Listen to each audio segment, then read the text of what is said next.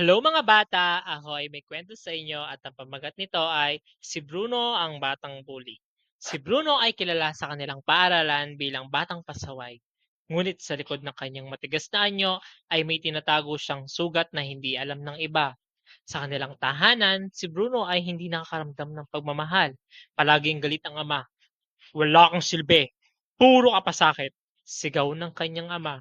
Dahil dito, natutunan ni Bruno na itago ang sakit, paniniwala niya sa sarili na dapat siyang matutong maging matapang kahit sa maling paraan. Ayokong ako ang inaapi, kaya ako ang dapat kinakatakutan, bulong niya sa sarili. Kinabukasan sa paaralan, nilapitan niya si Miko at tinulak ng paulit-ulit na isang payat at tahimik na bata. Miko, iiyak ka na naman? Ang hina mo! Sigaw ni Bruno habang nasasaktan ito. Tahimik si Miko ni hindi siya makatingin sa mata ni Bruno. Ang hindi akalain ni Bruno na makikita ni Ana ang pananakit na ginagawa niya kay Miko. Ngunit isang araw, si Ana ay naglakas loob na harapin si Bruno. Bruno! Tama na yan! Hindi nakakatuwa ang ginagawa mo! Mariing sabi ni Ana.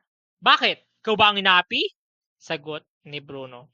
Natahimik si Bruno, hindi niya alam kung ano ang sasabihin. Kasi sa totoo lang, wala pa siyang naririnig na ganitong paninindigan mula sa iba.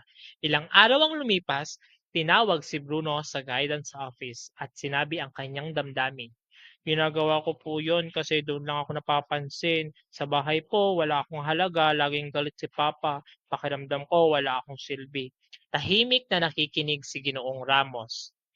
At sinabing, Bruno, hindi mo kailangang gawin yan para makapapansin. May taong handang makinig at mumunawa sa iyo. Doon nagsimula mapagtanto ni Bruno ang kanyang pagkakamali. Tumayo si Bruno sa harapan ng klase upang humingi ng tawad, lalo na kay Miko at Ana. Miko, sorry, mali ang lahat ng ginawa ko. Hindi dapat kita sinaktan. Sana mapatawad mo ako. Tiningnan siya ni Miko at dahang-dahang tumango. Sige, basta magbago ka, tugon ni Miko. Ngumiti si Ana. Bruno, yan ang tunay na lakas, ang humingi ng tawad at tanggapin ang pagkakamali.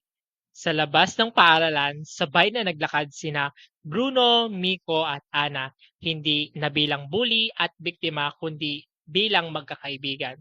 Salamat sa pangalawang pagkakataon, sabi ni Bruno. Ngayon ko lang naintindihan, mas masarap palang may kaibigan kaysa matakot ang lahat sa'yo. Ang Created using Powtoon.